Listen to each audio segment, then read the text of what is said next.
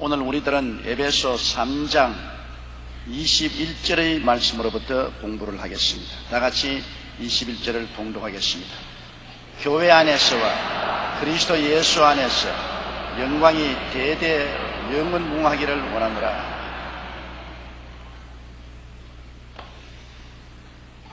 여러분, 교회는 예수 그리스도의 몸입니다. 예수 그리스도의 몸인 교회에 하나님께서 와서 거하시는 것입니다. 예수님께서 말씀하시길 내가 아버지 안에 너희가 내 안에 내가 너희 안에 있는 것을 너희가 알리라고 했는데, 예수님은 항상 아버지 안에 계시고 또 우리는 예수님 안에 계시고 또 예수님은 하나님 안에 계시고, 그래서 우리 하나님 아버지와 예수님과 우리들은 언제나 하나가 되어 있는 것입니다. 내가 아버지 안에 너희가 내 안에 내가 너희 안에 있다. 그렇기 때문에 우리의 신앙이란 것은 일체의 체험입니다. 하나님은 저 멀리 계시고 우리는 여기 있고 종교의식과 형식을 통해서 예배를 드리는 것이 아닙니다. 예수님이 바로 몸된 교회가 아닙니까? 교회는 바로 예수 그리스도의 몸이죠. 우리는 지금 예수 그리스도의 몸된 교회 안에서 예배를 드리고 있습니다. 그러므로 예수님 안에 우리가 있고 또 우리 안에 예수님이 계시고 예수님이 하나님 안에 계시고 하나님이 예수 안에 계시니까 하나님 아버지와 예수 그리스도는 하나이시고 또 예수 그리스도와 우리는 하나이시고 아버지와 아들과 성령 성도는 하나인 것입니다. 그처럼 우리는 우리의 신앙이 성삼위일체 하나님과 일체되어 있는 것입니다. 우리 눈으로는 안 보이고 느낄 수 없지요. 그러나 영적인 세계에서는 그와 같은 것입니다. 여러분, 우리가 숨을 쉬는 공기가 있잖아요. 공기가 옆에 있는 것 우리가 안 보이잖아요. 그러나 우리는 공기 속에 있어요. 공기 속에 손으로 이렇게 보면 공기를 느낄 수 있잖아요. 공기 속에 있어요. 그런데 또 그 공기는 우리 속에 있어요. 코를 통해서 우리 폐 속에 들어와 있고 또 우리 피를 통해서 온 몸으로 산소가 퍼져나오고 있어요. 우리는 공기 속에 있고 공기는 우리 속에 있고 공기와 우리는 분리할 수 없이 하나가 되어서 삽니다. 그처럼 성령은 우리와 함께 거하시고 우리 안에 거하시고 우리는 예수님 안에 거하고 예수님 우리 안에 거하고 예수님은 하나님 안에 거하시고 하나님은 예수님 안에 거하시고 첩첩이 하나가 되십니다. 그렇기 때문에 우리가 속으로 생각을 해도 하나님이 우리 생각을 읽으시고 우리가 조용하게 기도해도 하나님이 우리 기도를 들으시고 우리가 통곡을 하고 기도해도 하나님이 들으시는 것입니다. 그러면 뭐 생각만 하고 있고 조용하게 기도할 것이지 왜 통곡하느냐? 성경은 간절히 기도를 하기 때문에 여러분, 간절한 기도를 하게 되면 부르짖게 돼요. 그 소리의 크고 적음이 아니라 우리 마음의 간절함을 나타내는 것입니다. 그런데 간절한 마음을 가진 사람이 하나님께 간절히 간청하는데 소리를 안 낼 수가 있어요. 그러므로 우리가 답답한 일을 당하면 하나님께 간청을 하고 기도하기 때문에 부르짖어 기도하게 되고 또 평안할 때는 우리가 조용하게 기도하게 되고 또 일반적으로 우리가 생활할 때는 늘 마음속에 하나님 오중복음과 삼중축복을 생각합니다. 하나님은 우리 생각을 읽으시고 또 우리 조용한 기도도 우리 속에 계시니까 다 들으시고 우리의 간절히 부르짖는 간청도 하나님이 들어 아시는 것입니다. 그러니 하나님과 우리는 절대로 피할래야 피할 수 없어요. 하나님 눈을 가릴 수가 없습니다. 어떤 분이 부인하고 같이 예배를 드리고 난 다음에 집에 들어오더니만 방 안에서 담배를 탁 꺼내서 피기 시작합니다. 부인이 여보 하나님이 보십니다. 그러니까 아니야, 교회에 있을 때는 하나님이 보시지만 여기는 천정이 가리어서 하나님 어떻게 천정을 뚫고 보느냐? 그분은 아주 단순한 어리석은 생각을 하고 있는 것입니다. 하나님은 시간도 초월하고 공간도 초월한 것입니다. 어느 곳에 계시나 하나님은 그 자리에 계신 것입니다. 그러므로 교회 안에서 또 그리스도 예수 안에서 하나님의 영광이 대대 영원무궁하기를 우리가 원해야 되는 것은 당연한 이치인 것입니다. 교회는 하나님의 영광을 위해서 세워진 것이고 우리가 모인 것은 하나님의 영광을 예배드리고 찬미드리기 위해서 모인 것이고, 또 예수 그리스도 안에서 우리들은 하나님께 감사와 찬양과 영광을 드리지, 예수 밖에 있는 사람들은 하나님께 영광과 찬양을 드리지 않습니다. 예수 안에서 하나님께 영광과 찬양 드리고, 교회 안에서 하나님께 영광을 찬양을 드리고, 이것은 대대무궁토록 계속할 것이고, 우리가 천국에 들어가면 우리가 자나 깨나 하는 일이 하나님께 영광과 찬양과 경배를 드리는 것이 우리의 일인 것입니다. 하나님 너무너무나 좋으신 하나님, 예수님 너무너무나 사랑스럽고 좋으신 예수님, 하나님 아버지와 예수님을 보기만 하면 우리가 너무 좋아서 견딜 수가 없어요. 그러니까 늘 우리가 감사하고 찬양을 드리고 영광을 드리죠. 하늘나라는 영원한 세계이기 때문에 여러분, 시간의 구별이 없습니다. 그러므로 항상 현재입니다. 항상 예배하고 항상 찬미하고 항상 하나님으로 기뻐하는 것, 이것이 우리가 천당 가서 살 일인 것입니다. 지금도 그렇잖아요. 지금도 우리가 늘 마음속에 성령이 충만하면 하나님 아버지를 찬양하고 예수님께 감사하고 살면 마음에 평안이 넘치고 기쁨이 넘치지 않아요. 하나님 아버지와 예수님이 우리 마음속에 찬양과 영광을 받고 계시면 우리 기쁨이 넘쳐요. 왜냐하면 성경에 하나님 앞에는 기쁨이 충만하고 그 우편에는 즐거움이 넘치나이다. 하나님이 계신 곳에 기쁨이 없을 수가 없어요. 사랑하는 부모님이 계시는데 자녀들이 부모님 설화에 있으면 굉장히 기쁘죠. 부모님이 안 계시면 마음에 쓸쓸하고 외롭죠. 나는 옛날에 6.25 때 많은 전쟁 고아들이 있는 고아원에 종종 방문했는데, 고아원에 가면 애들이 와서 안기고 떨어지려고 하지 않습니다. 확 몸에 안겨 있어요. 안겨 있을 동안에는 고아들이 좋다고 울다가 떨어뜨리면 그냥 울기 시작하는 것입니다. 고아원에서 자라니까 부모의 사랑이 그리워서 그냥 가면 애들이 딱 들러붙어서 절대로 떨어지려고 하지 않아요. 정말 애들을 떨어뜨린다는 것이 가슴이 아파요. 같이 있으면 기뻐하고 떨어지면 슬퍼합니다. 우리도 한 가지입니다.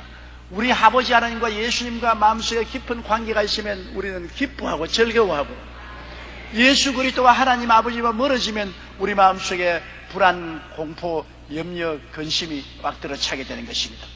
그렇기 때문에 우리 마음속에 염려, 근심, 불안, 초조가 있으면 반드시 기도로서 그것을 하나님께 맡겨버리고 하나님과 우리 사이에 막힌 담이 없어야 됩니다. 여러분, 하늘에 아무리 해가 저렇게 비쳐도 구름이 가려버리면 그만 해가 보이지 않고 추워지지 않습니까? 해가 비칠 때는 그렇게 따뜻한 온기에 밝고 맑고 환하지만은 해가 있는데도 불구하고 구름이 가려버리면 그만 어둠침침하고 추워지고 마음이 음산해지는 것입니다. 우리 하나님이 항상 그리스도와 함께 우리 안에 계실지라도 우리 죄나 불순종이나 염려, 근심 이런 것이 들어와서 구름처럼 마음에 하나님의 영광을 가려버리면 그만 우리 마음속이 어두워지고 캄캄해지고 우울해지고 슬퍼지고 탄식스럽습니다. 이 염려, 근심, 불안, 공포, 초조, 좌절, 절망의 구름을 어떻게 제하느냐? 기도로서 제할 수가 있는 것입니다. 우리가 마음에 염려, 근심, 불안, 초조 있을 때 우리가 기도하면 성령도 우리 연약함을 도와주셔서 우리 마음속에 염려와 근심을 다 제껴버리고 불안, 초조를 제껴버리고 또다시 광명한 하나님의 영광과 예수 그리스도의 햇빛이 비추면 마음속에 평안이 오고 즐거움이 오고 따뜻해지고 기쁨과 즐거움이 충만해지는 것입니다. 우리 하나님 아버지와 예수님과 우리 사이에 막힌 담이 있어서는 안 됩니다. 하나님과 예수 그리스도와 우리 사이에 막힌 담이 없이 늘 성령으로 충만하면은 그 결과가 늘 기쁨입니다. 평안입니다. 우리 예수 믿는 신앙이란 기쁨과 평안이 늘 우리 마음을 지배해야 되는 것입니다. 그보다 더 값진 것이 없습니다. 기쁨과 평안이 있으면 정말 행복해지는 것입니다. 그러나 슬픔이 있고 불안이 있으면 굉장히 불행합니다. 아무리 좋은 집에 살아도 슬프고 불안하면 행복하지 않습니다. 아무리 좋은 음식을 먹고 좋은 옷을 입어도 슬프고 불안한데 무슨 행복이 있습니까? 그러나 아무리 환경이 어렵고 좋은 옷을 못 입고 좋은 음식을 못 먹는다 할지라도 마음속에 기쁨이 있고 평안이 있으면 행복해지는 것입니다. 그 기쁨과 평안은 하나님 아버지와 예수님이 우리 마음속에 성령을 통해서 충만히 임하실 때 언제나 기쁨과 평안이 있는 것입니다. 그렇기 때문에 우리는 늘 우리 마음속에 계신 하나님 아버지와 예수님을 바라보고 예배드리고 감사하고 찬미하고 하나님과 우리 사이에 거리가 없이 갇혀와지면 기쁨과 평안이 강물처럼 넘쳐나죠. 우리는 기쁨과 평안 속에 살기 때문에 행복해지죠. 얼굴에 환한 빛이 나죠. 그러나 여러분, 우리가 불순종하고 죄를 짓거나 염려 근심을 받아들여서 사탄이 구름을 끼게 하면 그때부터 시작해서 우리는 마음속에 슬퍼지고 우울해지고 불안해지는 것입니다. 여러분, 마음속에 슬퍼지고 불안해지면 안개 구름이 끼었다고 아십시오. 하나님과 예수님이 환하게 계시면 절대로 불안하고 슬퍼지지 않습니다. 기쁨과 평안이 있죠. 기쁨이 사라지고 슬픔이 오고 평안이 사라지고 불안이 오면 마귀가 와서 안개 구름 끼게 했구나. 내가 불순종하고 불신앙한 죄가 있구나. 염려 근심의 안개 구름이 끼었구나. 어떻게 할 것이냐? 당장 시간을 내어서 하나님 앞에 무릎을 꿇고 기도로서 청소를 해야 되는 것입니다. 기도만큼 위대한 청소의 도구는 없습니다. 다른 것으로서는 마음의 구름을 제낄 수가 없어요. 회개하고 하나님께 간청하는 기도는 놀라운 청소의 효과가 있어서 우리 마음속을 환하게 청소해버리고 모든 구름을 다 제껴버리고 아버지와 우리 주 예수 그리스도의 그 아름다운 광명한 빛이 비치게 하는 것입니다. 그래서 1시간만 하나님께 앉아서 기도하면 여러분 마음이 청명하게 되고 기쁨이 복구되고 평안이 복구되는 것입니다. 기도하고 난 다음 하나님을 예배하고 찬미하게 되죠. 여러분, 오늘 하나님께서는 우리 교회 가운데 와서 계시고 예수님이 우리 교회 가운데 와 계시고 우리가 하나님 안에, 예수님이 우리 안에, 우리가 예수님 안에 있기 때문에 하나님의 영광이 대대무궁토록 우리 가운데 충만해야 될 것입니다. 여러분과 나는 하나님의 영광을 위해서 태어나고 하나님께 영광을 나타내기 위해서 매일 먹고 입고 자고 깨고 살고 영원히 하나님의 찬송과 영광이 되기 위해서 천당에 가는 것입니다. 하나님께 영광 못 돌리고 늘 하나님의 고통을 가져오고 수치와 곤욕을 가져오는 그런 못된 신자가 되지 말아야 돼요. 언제나 하나님께 영광을 돌리고 하나님께 염려를 끼치지 말아야 돼요. 하나님께 염려와 근심을 끼치는 사람치고 여러분 행복한 사람 없습니다. 하나님을 늘 기쁘시게 하는 여러분 되시기를 주의 이름으로 축원합니다. 4장 1절요. 그러므로 주 안에서 갇힌 내가 너희를 권하노니 너희가 부르심을 입은 부름에 합당하게 행하여. 바울 선생은 감옥에 갇힌 것이 로마 정부가 갇혔다. 지방 정부의 관리들이 자기를 감옥에 갇혔다고 말하지 않고 주 안에서 갇혔다 그랬습니다. 하나님이 허락하지 아니하시면 로마 정부도 바울을 감옥에 갇힐 수가 없습니다. 또 지방 관리들도 바울을 잡아서 감옥에 못 넣어요. 왜? 하나님은 전체 정령 무소부지하신 하나님 것입니다. 우주의 중심은 하나님이시고 하나님이 우주를 다스리시고 역사를 지배하시고 인간의 생사화복을 주양하시는데 하나님의 소유물인 주의 백성 바울을 어떻게 마음대로 감옥에 집어넣어요? 하나님이 허락하셔서 감옥에 들어간 것입니다. 그렇기 때문에 바울 선생은 주 안에서 갇혔다. 주님이 섭리하셔서 갇혔다. 그때는 바울 선생이 감옥에 갇힌 것이 괴로웠죠. 감옥이 요사이처럼 시설이 좋은 것도 아니고 그때 감옥은 완전히 시설이 형편없었어요. 그런 감옥에 갇힌 것이 행복할 수 없죠. 너무나 고통스럽죠. 그러나 세월이 흘러간 2000년이 지난 오늘날에 우리 돌아볼 때 바울이 감옥에 갇힌 것이 정말 우리에게 얼마나 축복이 된지 몰라요. 바로 우리가 공부하는 에베소서도 감옥에서 쓴 편지인 것입니다. 감옥에 안 갇혔으면 바빠가지고서 편지 쓸 여가 없어요. 바울이 계속해서 설교하고 계속해서 여행하고 또 이식주 문제를 해결하기 위해서 계속해서 천막 만들어서 팔고 하는데 무슨 시간이 있어요? 여유가 없죠. 그러나 하나님께서 바울을 강제로 감옥에 집어넣어서 현재 네가 바쁘지만은 후세를 위해서 후에서 대대로 오는 성도들에게 하나님의 계시의 뜻을 전달하기 위해서 감옥에서 시간 가지고 편지 써라. 그래서 오늘날 이 주옥 같은 에베소, 빌립보, 골로새서 같은 이런 편지들을 감옥에 썼어요. 그러니 우리가 지금 바라볼 때 바울은 2000년 전에 감옥에 들어갈 때 너무나 슬프고 고통스럽다고 생각했지만 우리가 볼 때는 할렐루야 얼마나 감사한지, 아이고 하나님 좀 더 감옥에 많이 넣어가지고서 좀 더 많은 편지를 쓸 수 있도록 해줬으면 얼마나 좋았겠습니까? 그런 생각이 나죠. 그렇기 때문에 그 당시에 고난을 당할 때는 그 당시는 슬프지만은 고난이 영광의 꽃을 피우는 나무 뿌리가 되는 것입니다. 고난의 뿌리가 없이 영광의 꽃이 피지 않습니다, 여러분. 그렇기 때문에 바울 선생은 그것을 잘 알았어요. 그러므로 내가 감옥에 들어간 것은 주 안에서 감옥에 들어갔죠. 주님이 원하셔서 섭리해서 감옥에 들어갔다. 주 안에 갇힌 내가 너희를 구원한다. 오히려 감옥에 있는 분이 감옥 밖에 자유롭게 있는 성도들에게 고난이, 너희가 부르심을 입은 부르심에 합당하게 하라. 우리가 예수 그리스도 믿은 것은 하나님이 불러서 믿었지 우리 마음대로 믿은 줄 압니까? 여러분, 제가 가만히 있다가도 누가 용기야 하면 예, 불러야 대답을 하지. 안 부른데 대답합니까? 안 부른데 혼자서 예, 예 하고 다니면 그 사람은 누구냐? 미친 사람인 것입니다. 여러분을 부를 때 대답하죠. 여러분이 육신으로서 부름을 받은 게 아니라 하나님이 성령으로 여러분을 부르시기 때문에 여러분이 예 하고 대답하고 나온 것입니다. 예수 믿은 것은 하나님이 불러서 된 것이죠. 안 불렀는데 예 해도 받아주시지 않습니다. 사무엘이 어릴 때 그 어머니가 엘리 제사장이 섬기는 성전에 두었었습니다. 그런데 사무엘이 하루 어릴 때 밤을 잠을 자려고 하는데 사무엘아 부르시거든요.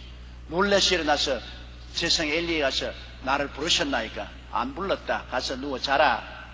그럼 또 사무엘이 하나님이 성전에 들어와서 또 잠을 자려고 하는데 사무엘아 또 후닥 일어나서 또 엘리 제사장에 가서 불렸습니까? 대령했습니다. 아니 안 불렀다. 가서 자라. 또 가서 또 누구 자려고 하는데 또 사무엘아 또 닥터 일어나서 또 엘리 제사장에 가서 나를 불렀었나이까? 안 불렀다. 내가 생각에는 하나님께서 너를 부르시는 것 같다. 그러므로 이번에는 사무엘아 부르시는 제가 여기 있나이다 말씀하옵소서 그렇게 말을 해라. 그래서 사무엘이 가서 또 들어오는데 사무엘아 그게 벌떡 일어나서 하나님 제가 여기 있나이다 듣겠사오니 말씀하옵소서. 그러니까 하나님께서 사무엘에게 말씀하기 시작한 것입니다. 이 하나님 부르시니까 사무엘은 하나님이 부르신 줄 모르고 엘리 제사장이 부른 줄 알고 엘리에게 자꾸 갔지만은 그건 하나님이 부르신 것을 나중에 알고 하나님과 대화를 이뤘죠. 여러분이 교회에 나올 때 나는 뭐 지역장 전도를 통해서 왔다, 구역장 전도를 통해서 왔다, 부모님을 따라서 나왔다, 부흥에 가서 설교를 듣고 감동에 나왔다, 뭐 여러 가지 이야기 나겠지만은 결국은 하나님이 그들을 통해서 여러분을 부르신 것입니다. 여러분의 이름을 불렀기 때문에 여러분이 대답했죠. 여러분 이름을 안 부르고 막연히 오라고 했으면 안 왔습니다. 여러분 한 사람 한 사람을 다 하나님이 만세전에 택하시고 부르신 것입니다. 그러므로 정말로 특별한 사람들인 것입니다. 얼마나 특별인지 몰라요. 하나님이 여러분을 택하시고 여러분의 이름을 불러주셨다. 귀하고 귀한 일인 것입니다. 그리고 부르심을 받아 교회에 나왔으면 또 하나님이 교회에 나와서 하나님을 섬기는 중에 직분을 위해서 부르실 때가 또 있습니다. 서리 집사로 부르시고 또 안수 집사로 부르시고 권사로 부르시고 혹은 장로로 부르시고 지역장 구역장으로 부르시고 혹은 전도사 목사로 주님이 부르시고 하나님이 일반 성도로도 부르시고 난 다음 하나님 앞에 직분을 주시는 것도 하나님이 부르셔서 직분을 주시는 것이지 부르시도 않은데 내가 직분 얻겠다고 내가 집사하겠습니다 내가 장로하겠습니다 하고 하는 것 없습니다. 하늘나라는 지원병은 절대로 없습니다. 하나님은 절대 주권자로서 원하시는 분을 선택하시는 것이지 자원에서 나온다고 하나님은 받아들이지 않습니다. 모든 것은 하나님의 절대 주권적인 의지에 달렸습니다. 하나님이 좋다 나쁘다는 하나님이 결정하는 것입니다. 하나님 이외에 우리가 좋다 나쁘다 결정할 권한이 없습니다. 아담과 하와가 자기가 하나님처럼 주인이 되려고 좋다 나쁘다는 선악과를 따먹었다 하나님께 버림당했습니다. 우리는 주권자가 아닙니다. 우리는 주인이 아닙니다. 우리는 하나님의 부르심을 받기 위해서 기다리고 있는 사람들인 것입니다. 하나님이 우리를 좋게 내게서 우리를 성도로 불러주시고, 하나님이 우리를 좋게 내게서 우리에게 직분을 맡기시면 우리가 기쁘게 직분을 받아들여야 되죠. 그렇기 때문에 성도로 부르심을 받았든지 직분을 받아서 부르심을 받았든지 부르심에 합당하게 행하라. 하나님이 우리를 불러셨으면 그 부르심을 받은 우리들이 그게 합당하도록 어느 심사 행동을 해야 되는 것입니다. 예수 믿기 전에는 자기 마음대로 개망나이같이 살았다고 할지라도 하나님이 부르시는데 부르신 분이 어떠신 것입니까? 부르신 분이 너무나 위대한 우주 창조주 하나님이 나를 불렀으니 이 영광이 어떻게 합니까? 하나님의 부르심을 받아서 하나님의 백성이 되었으면 이제 하나님 백성답게 살아야지. 하나님 백성답게. 예수를 믿었으면 하나님의 자녀가 된 자녀답게 어느 심사 행동을 해야 되는 것입니다. 그렇지 않으면 큰 비난을 받습니다. 우리가 시골에서 자라서 시골에서 밥 내고 우리 시절에는 그랬어요. 오줌 단지 걸머치고 머리에 이고 가서 오줌 밭에 뿌리고 그렇게 사는 처녀라도 그때는 옷도 그렇게 입고 행동도 시골 처녀로 행동하다가도 아주 귀한 집에 교수로 며느리로 시집을 오면 그때는 부잣집 귀한 가정의 며느리답게 행동해야 되는 것입니다. 그러지 않고 시골에서 마음대로 들처녀처럼 사는 행동했다가는 쫓겨나기 일쑤이죠. 우리가 하나님의 자녀로 부르심을 받았다는 것은 너무나 귀하고 영광스럽고 아름답기 때문에 우리가 하나님의 자녀답게 살아야 돼요. 예수 믿었으면 구원받은 사람답게 살아야지, 예수를 믿고 난 다음에도 세상 사람처럼 개방난이로 살면은 쫓겨나죠. 하나님께 버림당할 수도 있죠. 그렇기 때문에 여기 바울 선생은 성령을 통해서 부르심을 입은 부름에 합당하게 행하라. 그럼 어떻게 부르심을 받았는데 합당하게 합니까? 나는 모르겠는데요. 부르심을 받기는 받았는데 내가 어떻게 합당하게 합니까? 첫째로 하나님의 부르심을 받아서 사는 사람은 모든 겸손으로 살아야 되는 것입니다. 하늘나라에 제일 중요한 것이 겸손입니다. 왜냐? 교만은 마귀인 것입니다. 마귀가 교만해서 천사장 루시퍼로서 하나님을 섬기고 살아야 되겠는데 하나님을 섬기지 않고 하나님과 동등되려고 했습니다. 하나님과 동등되려고 하다가 마귀가 쫓겨났어. 천사장 루시퍼가 사탄이 되고 그와 함께 모반을 일으킨 천사들은 다 쫓겨난 것입니다. 교만이 루시퍼로 하여금 사탄이 되게 한 것입니다. 그러고 보십시오. 아담과 하와 하나님의 자녀면 하나님 자녀로 살지 왜 하나님처럼 되려고 합니까? 교만 아닙니까? 하나님 자녀면 자녀로 살아야지. 하나님처럼 되겠다고 선악과를 따먹고 하나님을 배반했습니다. 그 결과 그 교만 때문에 타락해서 하나님께 버림을 당하고 3대 재앙을 당했습니다. 영이 죽고 저주를 받고 생로병사하는 3대 재앙을 당했습니다. 그러므로 교만이 얼마나 무섭습니까? 교만은 패망의 선봉이요 교만한 마음은 넘어짐의 앞잡입니다. 교만하면 패망해요. 교만하면 넘어져요. 그러므로 우리가 항상 겸손으로 옷 입는 것은 굉장히 중요한 것입니다. 겸손한 것은 언제나 자기를 낮추는 것입니다. 우리 교회 직분을 받아도 직분을 받을수록 직분이 높을수록 머리를 숙여야 돼요. 목을 곳곳이 세우면 안 돼요. 평신도보다 서리 집사가 더 겸손하고 안수 집사 더 겸손하고 권사님 더 겸손해야 되고 장로님은 더 겸손해야 되고 주의 종은 더 겸손해야 돼요. 낮아지는 것입니다. 하나님의 은혜는 높은 데 있는 사람에게 임하는 것이 아니라 낮은 데 있는 사람에게 임하는 것입니다.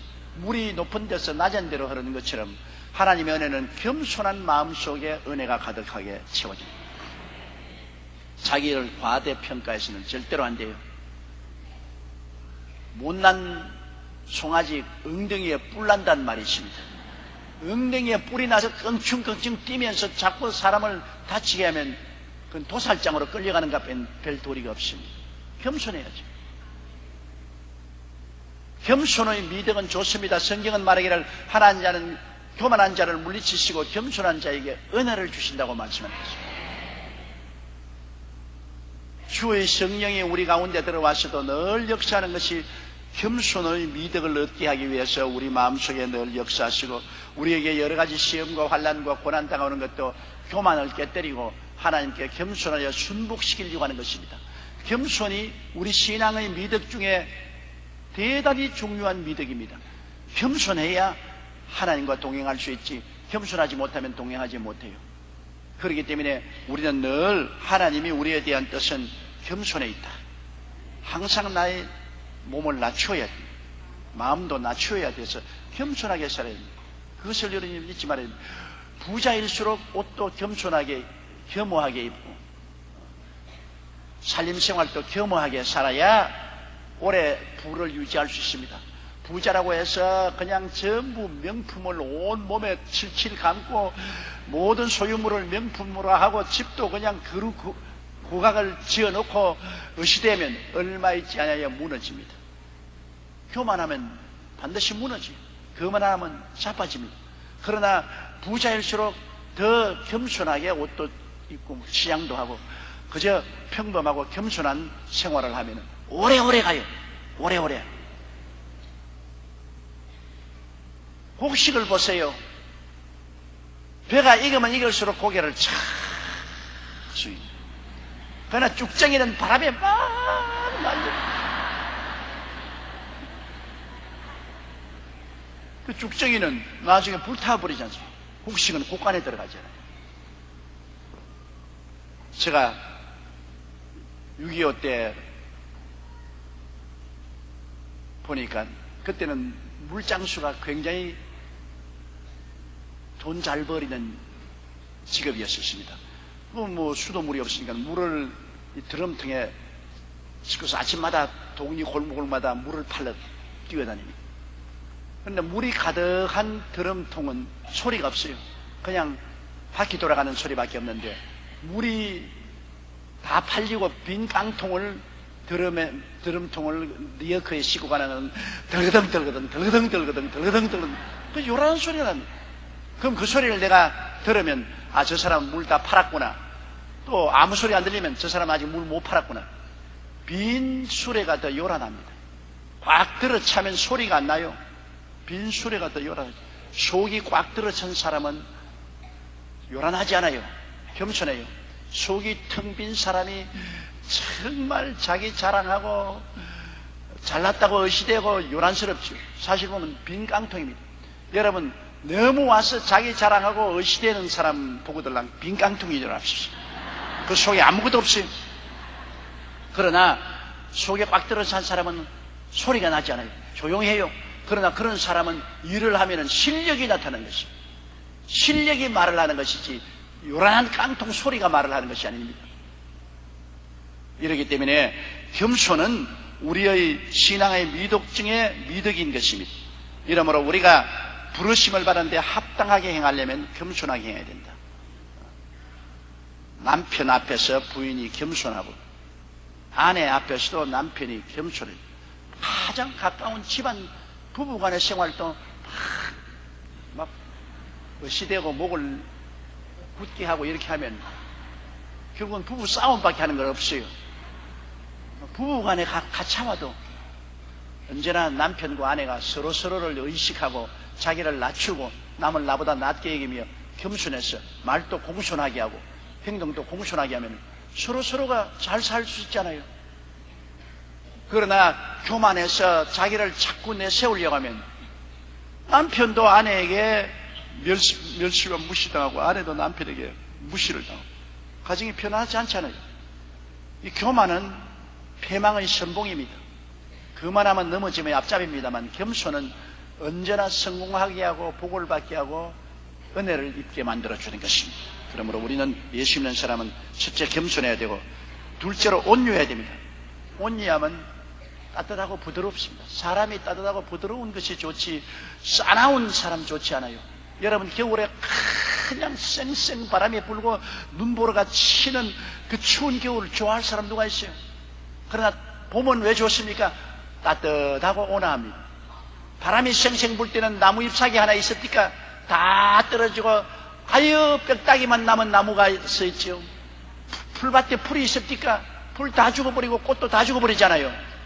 차고 쌩쌩할 때는 모두 다 뼈다귀만 남지만은 온화한 봄이 오면은 나무에 물기가 돋고 다 푸릇푸릇하게 잎사귀가 돋고 풀들은 줄기가 나오고 꽃이 피고 열매를 맺고 모든 것이 아름다워. 산천의 새들도 노래하고 짐승들도 뛰어논다. 온유한 곳에는 생명이 약동하는 것입니다. 온유하면 모든 것에 생명이 약동하지만은 여러분 싸나우면 모든 것이 다 죽어버리는 것입니다. 이 세상에 따뜻하고 부드러운 마음을 가진 사람보다 귀한 선물이 없어요. 싸나운 남편 박살나요.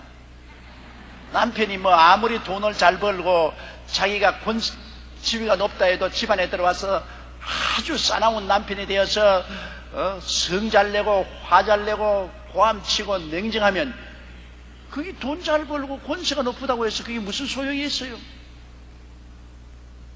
물론 돈도 잘 벌고 권세도 있으면 좋지요. 그러나 인격적으로 싸나우면 그는 가정에서 존경도 받지 못하고 행복도 못 가져와요. 그러나 돈은 별로 많이 벌지도 못하고 권세도 없는 평범한 사람이라도 아주 부드럽고 따뜻한 남편은 그 아내를 감싸주고 자식을 감싸주기 때문에 오히려 그러한 분이 굉장한 행복을 가져올 수 있지 않습니까? 남자들은 말할 필요 없어요. 남자들의 대박이 터지는 것은 온유한 아내를 얻으면 대박이 터져요. 온유한 아내를 얻으면 대박이 터져요. 인물은 좀 못나도 괜찮아요. 인물은 좀 못나도 괜찮아도 마음에 온유한 아내는 정말로 큰 행운입니다. 축복입니다. 싸나우면 안 돼요. 싸나운 아내 절단입니다. 여러분 가운데 싸나운 아내 되지 마세요. 싸나운 아내 되면 남편이 그냥 몸서리를 치는 겁니다. 싸나워서 사사건건히 물고 달라들고 간섭하고 바가지 끌고 그러면 이건 남편이 몸서리 치는 것입니다.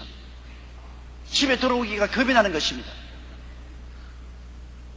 온유한 혀가 뼈를 꺾는단 말이 있습니다. 뼈가 단단하지 않아요. 그 뼈는 온유한 혀가 뼈를 꺾는다. 그만큼 온유가 힘이 있는 것입니다. 어떤 젊은이가 송아지를 마구간에 넣으려고 잡아 당기니까 송아지가 안 오겠다고 막 아빠를 막 이렇게 하고서 안 들어와요. 그래서 아버지 좀 도와주십시오.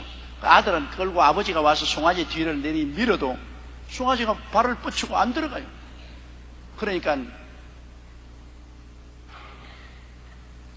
그 집에서 일하는 일꾼이 오더니만 제가 몰고 들어가지요. 내게 맡기십시오.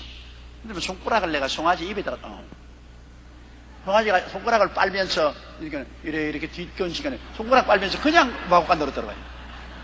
아들이 땡기고 아버지가 밀어도 안 온 놈이 그 집에 일하는 일꾼의 손가락을 입에 넣어주니 손가락 빤다고 그냥 따라 들어와요. 힘보다도 온유한 것이 나은 것을 얘기해 보여주는 거죠. 손가락을 빨게 하니까 그냥 따라 들어오지요. 폭력을 행하면 안 돼요. 그 무엇보다도 더구나 가까운 사람들끼리 폭력을 행하면 안 돼요. 온유하게 해야 돼요.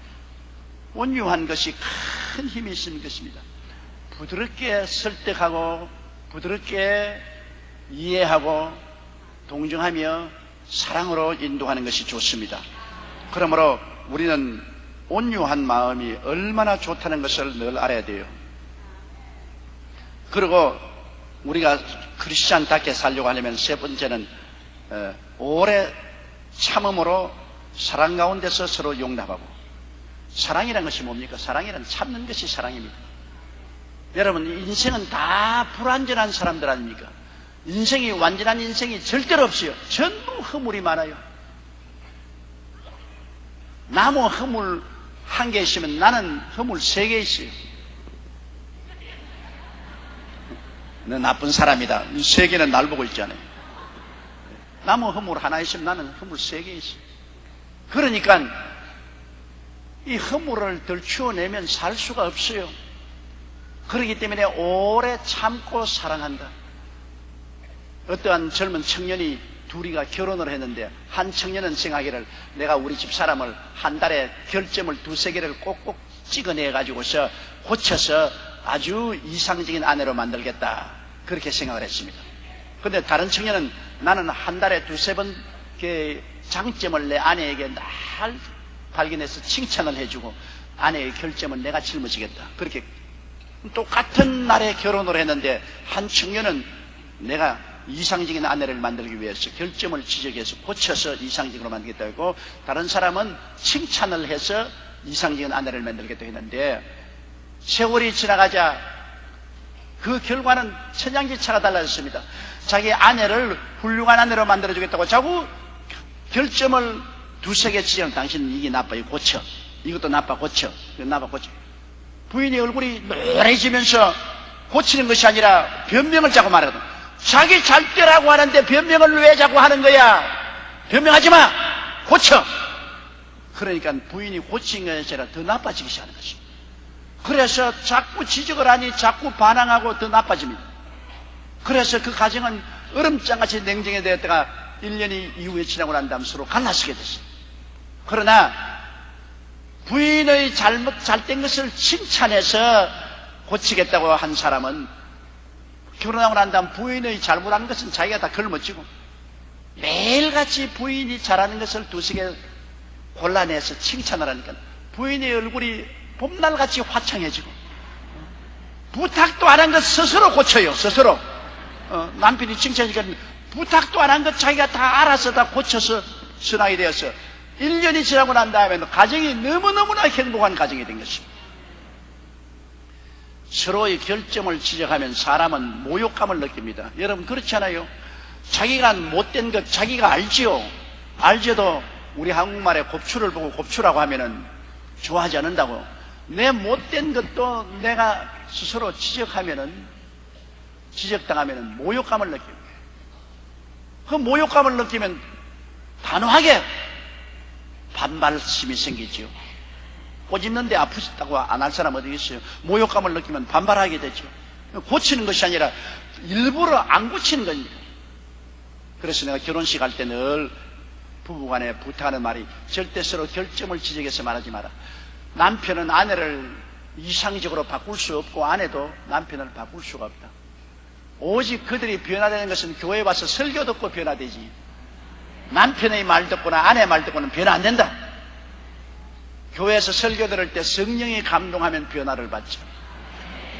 부부간에는 서로 잘난 점을 들어서 자꾸 칭찬을 해주면 더 잘해야 되겠다 싶은 생각이 나지 않아요.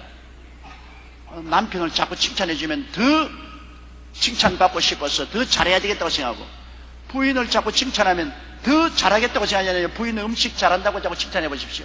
야, 그러면 더 맛있게 만들어야 되겠다. 막 요리책을 가서 공부를 하고 그냥 사람들에게 그냥 인원도 하고 해서 더 맛있게 만들려고 하는 것입니다. 참 당신 요리 솜씨, 당신 요리만 하면 입에 감칠맛이 난다. 너무너무나 잘한다. 그러면 부인이 야 이거 높은 데 올라가서 떨어지지 말아야 되겠다 싶어서 더 열심히 요리 공부를 해서 더 맛있게 하지. 남편도 그래요. 당신 정말 훌륭한 남자다. 정말 나는 당신과 결혼한 것 행복하게 생각한다. 너무나 당신 좋다. 훌륭하다. 야, 아내에게 더 훌륭하게 보이기 위해서 더 열심히 노력해야 되겠다. 더 자기를 자제하고 열심히 애를 쓰고 노력하는 거죠. 칭찬이 사람을 만들어가는 것입니다. 결점을 지적하는 것은 파괴적인 행동을 하는 것입니다. 그러므로 여러분 칭찬은 인색하지 마십시오. 결점을 지적하는 것은 굉장히 인색하십시오. 여간해서 결점을 지적하는 것이 좋습니다. 아주 생사의 중요한 문제, 성공과 실패의 중대한 문제가 걸렸으면 그때는 바른 말을 할지 몰라도 그 이외에는 늘 여러분 칭찬하고 남을 평론하고 비평하는 것은 삼가십시오. 그렇게 해야 여러분 사랑 가운데서 서로 용납할 수 있습니다. 서로 용납해야죠. 저 사람의 결점도 내가 용납하고 그럼 나의 결점도 저 사람이 용납해 주지. 우리가 내 이상대로 사람이 맞을 수는 절대 없어요. 우리가 태어나기도 각각 다르게 태어나고 경험도 다르고 교육도 다르고 개성도 다른데 어떻게 서로 똑같아요? 똑같다고 배척하면 너 혼자 호도에 가 살아야지. 모든 사람이 다 다르다고요. 나하고 다르니까 나와 함께 살려면 내가 서로 용납해야지. 반영을 하고 서로 용납하니까 용납하는 것이 쉽지 않지요. 용납하려면 사랑해야 되고 참아야 돼요. 사랑하고 참는 것 이외에는 아무 도리가 없습니다. 어떠한 가정에 5대가 함께 살아요. 5대가 함께 한 가정에서는 대가족입니다. 그런데도 그 가정에 싸움이 없이 편안합니다. 그래서 정부에서 표창을 하기 위해서 그 장자를 불렀습니다. 장자를 불러서 어떻게 당신 집안에는 5대가 다 한 집에 살면서도 서로 싸우지 않고 조용하게 살 수 있는데 당신이 장자인데 어떻게 그렇게 합니까? 그러니까 그 임금님 앞에서 종이와 묵을 달라 그랬더니만 종이에다가 그 다음에 묵에 붓을 찍어가지고서 참을 인자를 100분을 써요. 100분을 참아야 5대가 편안하게 살 수 있다. 여러분 참은 인자 한자를 보면 이 칼도자입니다. 그리고 그것도 마음심자입니다. 칼을 마음에 품고서 감싸줘야 되는 거예요. 칼이 여러분 베지 않아요. 그 칼을 마음속에서 이렇게 품어서 못 베게 하니까 마음이 얼마나 아프겠습니까? 참는다는 것은 마음이 아픈 것입니다. 마음이 아프면서 또 참고 또 참고 또 참고 5대가 한 집안에 살려면 100분을 참아야 편안하게 삽니다. 그러면 여러분 우리 가정의 행복과 평안이란 참는 데 있어요. 남편도 부인의 성격적인 차이가 있더라도 그것을 인정하고 용납하고 사랑하면서 참고 또 참고 또 참고 또 참으면서 사는 것입니다. 또 아내도 그래요. 남편이 마음에 맞을 택이 있어요.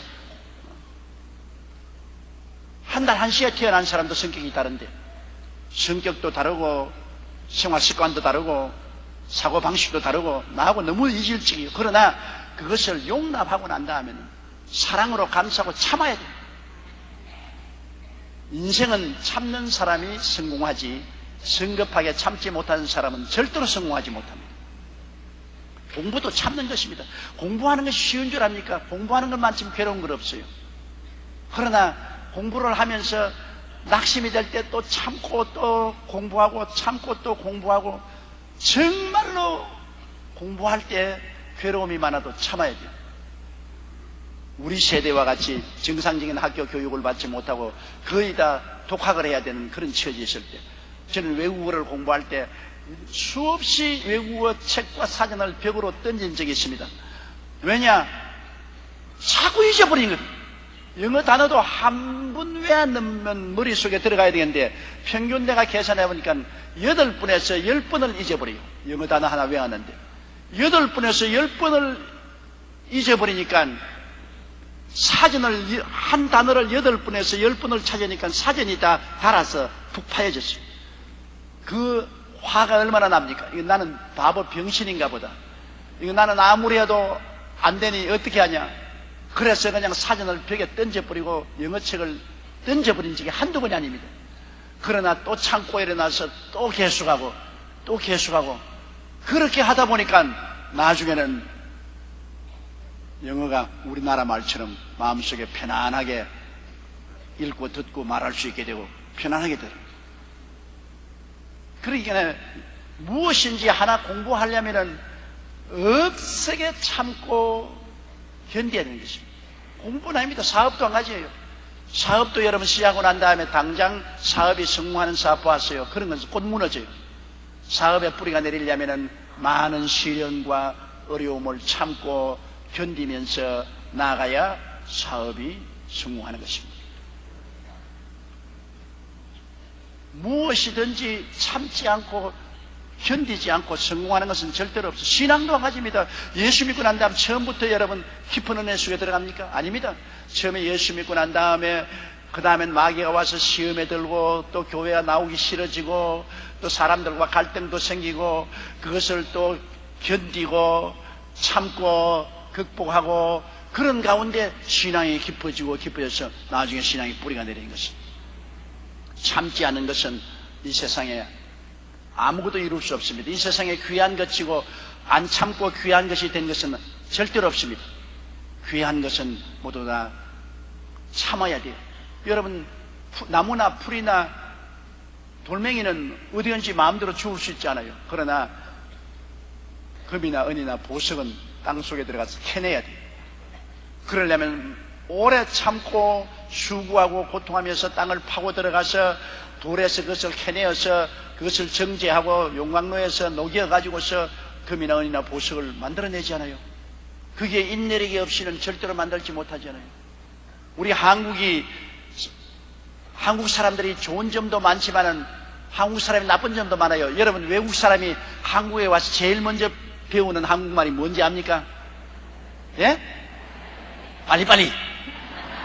무엇이니 빨리빨리, 밥도 빨리빨리 먹으라. 그래서 외국 관광객, 외국에 가면 외국의 식당들이 한국 손님을 제일 좋아한답니다. 왁 들어와서 순식간에 먹고 나가버린 거예요. 서양 사람들은 밥 하나 시켜놓고 1시간, 2시간 앉아서 이야기를 해요. 앉아서 먹으면서 이야기하고 또 포도주도 홀짝홀짝 마시면서 너무 시간을 오래 끄니까 식당 영업을 2탕, 3탕 못 떼어요. 그러나 한국 사람은 왁 와서 싹 먹고 싹 나가버리거든요. 거의 뭐 식당 2탕, 3탕 뛸 수 있대. 빨리빨리. 좋은 것 같지만은 빨리빨리 하는 것이 나중에 부실이 많습니다. 집도 빨리빨리 지었다가 산풍배 가정같이 무너지지요. 다리도 빨리빨리 해야 했다가 다리가 무너지지요. 성급하게 하는 일이 나중에 장구하지 못하는 것입니다. 오래 참고 꾸준히 일을 하는 것이 장구하게 가는 것입니다. 빨리빨리 생각하지 마세요. 돈도 빨리빨리 벌려고 하면 큰 시험에 들고 나중에 어디 가느냐? 감옥에 가는 것밖에 없어요. 그러나 돈도 적게 벌더라도 오래 인내하고 천천히 벌어나가면 나중에 장구하게 뿌리를 내려서 확실하게 돈을 벌 수 있죠. 행복도 그래요. 부부간에 서로 결혼해서 막 하루 만에 행복 안 해진다고 그냥 서로 야단법칙을 하면 안 돼요. 서로 좋은 미운 정, 고운 정이 들어야 돼요. 고운 정만 들면 안 돼요. 미운 정도 들어야 돼요. 서로 미워하기도 하고 싸움도 하고 또 용서하기도 하고 사랑하기도 하고 그래서 미운 정, 고운 정이 들어놓으면 나중에는 헤어질 수가 없는 것입니다. 오랜 세월이 필요한 거예요. 인내. 그렇기 때문에 우리는 첫째 그리스도를 믿고 우리가 부르심에 합당하게 행하는 덕은 겸손해야 되고 그 다음에는 온유해야 되는 것입니다.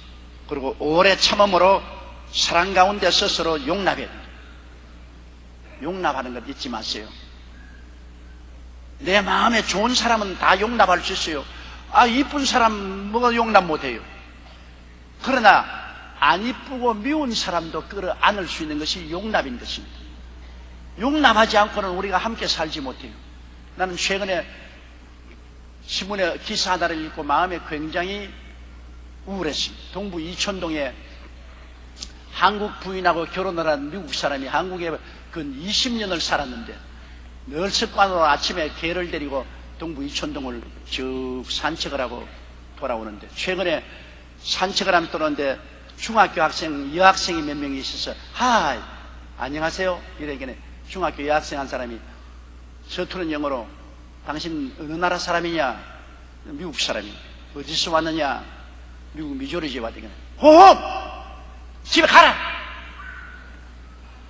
그래서 그분이 너무나 충격을 받았다는 것입니다. 한국은 전통적으로 예의 바르고 젊은이들이 나이 먹은 사람을 공경하는데 이제 나이 먹은 미국 사람인데 글쎄 미국 사람이냐 어디서 오냐 묻더니만 나중에 미주리에서 왔으니까 집으로 빨리 돌아가라. 왜 한국에 와 있느냐. 그런 무례한 일을 어떻게 합니까?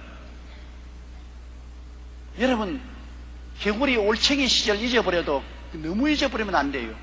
어떻게 되었든 6.25 사변 난 이후로 우리가 가장 크게 신세진 것이 미국입니다. 지금 젊은이들은 그거 모르고 있어요. 우리는 그때 미국 사람 밀가루 얻어먹고 미국 사람 옷 입고 미국 사람 신던 구두 신고 미국 사람 도움을 받아서 살았어요. 그때 미국에서 원조 안 줬으면 우리 다 굶어 죽었습니다. 그리고 오늘날 현재 한국에 이만한 경제적인 부를 누리는 것도 미국의 도움을 받고 미국과 무역해서 우리가 돈을 많이 벌고 미국이 투자해서 우리가 이만해서 사는 것입니다. 미국이 옛날과 달라서 좀 우리 마음에 싫더라도 우리는 용납하고 끌어안고 함께 살아야지. 옛날 좋을 때는 할로 주인감을 기범이 할로 씹던 것도 좋아. 그때는 언제고 이제는 호홍. 그 말이 됩니까? 사람이 그렇게 하면은 함께 못 살아요. 좋을 때만 좋다고 야단법석하고 조금만 내 마음에 기분 상하면 발길로 차고 나가라고 하면 그러한 사람이 오늘날 세계화 시대에 어떻게 살아요? 좋은 사람과도 같이 살고 좋지 않은 사람과도 같이 살아야지. 세계화 시대에 어떻게 꼭 좋은 사람만 같이 살아요? 우리가 함께 사는데. 내게는 좋다지만 내가 완전하지 않은데 내게 좋은 사람이 반드시 좋다고 볼 수 없지요. 그러므로 용납하는 것, 이거 굉장히 중요한 것입니다. 더구나 교회 같은 신앙생활하는데 여러 사람들이 오잖아요. 교회라는 것은 함께 모이는 용광로입니다. 공부 많이 한 사람도 공부 안 한 사람도 함께 오지요. 상층사회, 중상사회, 하층사회도 같이 오지요. 훌륭한 사람, 훌륭하지 못한 사람도 같이 오지요. 심지어는 도둑놈까지라도 같이 왔어요. 예배 보는데 가방 훔쳐가고 말이에요. 저는 바빠요. 설교하면서 누가 가방 하나 훔치는가 싶어서 그것도 봐야 돼요. 여러분은 안심하고 하지만은 나는 통성기도 할 때 자꾸 눈 감았다가 눈 떴다 하는 것은 왜냐면 통성기도 할 때 옆에 너무 가방 들고 나가거든. 그거 보려고.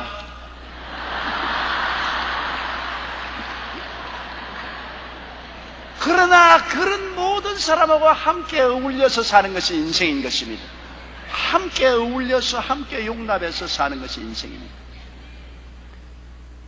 예수 믿는 사회 속에는 그러므로 서로 사랑하고 참고 용납하자.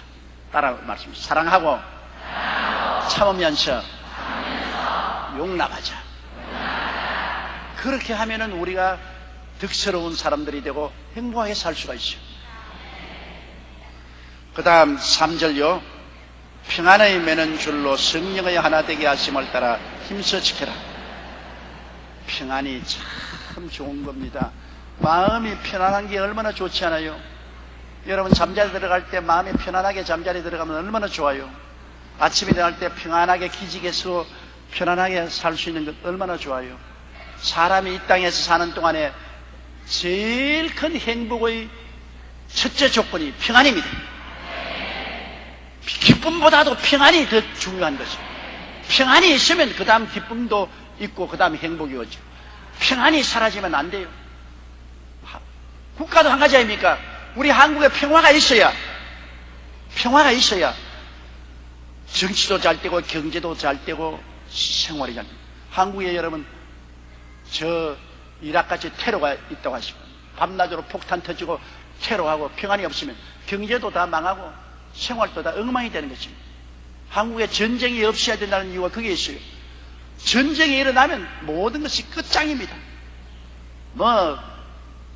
사업이나 생활이나 가정이나 평안이 없고 전쟁이 일어나면 끝장이 나는 게, 더구나 요사이 현대에 만일 남북한이 서로 붙어서 싸운다면은 북한도 망하고 남한도 망하고 대한민국은 공중분해해버리고 마는 것입니다. 그렇기 때문에 요사이 우리가 미국이 군대를 한국에서 철수한다는 것에 대해서 굉장히 불안하게 느끼는 것은, 왜냐하면 방어력이 약해지면 북한이 또 6.25 때와 같이 침공이 올지 모른다는 것입니다. 왜냐하면 북한을 누가 믿어요? 김일성이나 김정일의 대대의 야망은 남한을 적화하는 것인데, 남한을 적화할 이 뜻이 없으면 왜 그렇게 국민들이 다 굶어 죽기가 하면서도 군비 확장을 하고 미사일 만들고 원자탄 만듭니까? 싸울 이유가 없으면 왜 그런 거 만들어요? 그러니 불안하기 짝이 없잖아요. 그 방위력에 도움을 주는 것이 미국 군인들이 여기 주둔해 있다는 것이 우리 방위력에 안정을 갖다 주는 것인데, 미국이 우리하고 좀 사이가 송원해진 것은 사실이고, 그들이 군대를 지금 4,000명을 이라크로 뽑아내고 앞으로 12,000명을 철수시키고 방어선을 한국 밖으로 끌겠다고 하면 한국에 불안해지는 것입니다. 불안해지면 무슨 일이 생기냐? 외국인들이 투자를 안 해요. 불안한 곳에 누가 투자하겠습니까? 그럼 외국인이 투자를 안 하나? 또 투자한 돈을 뽑아가. 그러면 한국에 사업이 안 돼. 실업 사태가 일어나. 수입이 줄어져. 수입이 줄어지니까 사람들의 생활이 어려워지고 경제가 고통스러우면 불안해져. 사회가 요동하기 시작합니다. 기쁨이 사라지고 행복도 사라지는 것입니다. 안정이 제일 중요하죠. 국가 경영에도 안정이 제일 중요한 것입니다. 안정이 사라지면 경제는 무너지는 것입니다. 경제가 무너지면 못 살게 되니까 불안하고 사회가 고통스러워지는 것입니다. 안정. 그래서 사회도 안정이 있어야 되고, 정치도 안정이 있어야 되고, 경제도 안정이 있어야 번영합니다. 우리의 생활의 가장 기초가 평안입니다. 평안. 그러므로 하나님의 성령이 오시면 우리에게 평안을 갖다 주시는 것입니다. 마귀가 오면 불안을 가져와요. 마귀는 항상 불안을 조성하고 불안을 가져오도록 사람들과 서로 물고 찢고 싸우게 하는 거죠. 성령이 오시면 언제나 평안을 갖다 주는 것입니다. 마귀는 자꾸 남의 말을 하게 하고 참수하고 서로 싸움 붙이고 불안을 가지면, 성령은 언제나 예수 그리스도의 온유함을 가지고 와서 우리에게 평안을 가지고, 성령 충만하면 평안 충만인 것입니다. 성령은 사람들이 서로 사랑하고 서로 칭찬하고 서로 위로하고 서로 힘이 되게 해서 평안을 가져오는 것입니다. 마귀는 불안, 성령은 평안입니다. 그러므로 평안에 맺는 줄로 성령 안에서 하나가 되라, 이렇게 말하는 것입니다. 성령이 와야 평안하고 평안해야 또 성령이 역사하는 것입니다. 우리는 항상 평안을 위해서 기도해야 돼요. 내 마음의 평안, 우리 가정의 평안, 우리 사회의 평안, 우리 정치적인 평안, 우리 국가의 평안을 위해서 기도해야 돼요. 평안이 사라지면 모든 것이 사라지는 것입니다. 우리는 지금 하나님의 은총으로 편안하게 살지, 6.25 전쟁이 끝난 이후로 우리 한국에 그래도 계속된 평안이 있기 때문에 우리 경제가 이만큼 자라고 우리의 생활이 향상하고 우리 그만한 삶의 행복을 누리고 살고 있지 않습니까? 평안이 사라지면 다 사라지고 말아요. 오늘날 한국의 평안을 가져오는 기본적인 세력이 우리 기독교인이 되어야 되는 것입니다. 기독교인들이 한때 뭉쳐서 나라와 민족을 위해서 기도하고 중국의 평안을 위해서 기도해야 돼요. 왜냐하면 하나님은 우리 기도를 통해서 역사하는 것입니다. 우리가 하늘 나라 아닙니까? 우리는 거룩한 나라 아닙니까? 하늘 나라인 우리를 통해서 하나님이 역사하시거든. 우리가 기도 안 하면 아무 일도 일어나지 않아요. 우리가 기도하면 하나님이 역사하시는 것입니다. 그렇기 때문에 평안을 위해서 여러분 기도하십시오. 항상 여러분의 개인의 마음의 평안을 위해서 기도하고 가정의 평안을 위해서 기도하십시오. 가정이 불안하면 가정의 기쁨과 행복이 사라지잖아요. 가정의 평안을 위해서 늘 여러분 기도하시고, 그리고 우리 사회의 평안, 정치적인 평안, 국가의 평안을 위해서 늘 기도하는 여러분 되시기를 주의 이름으로 축원합니다.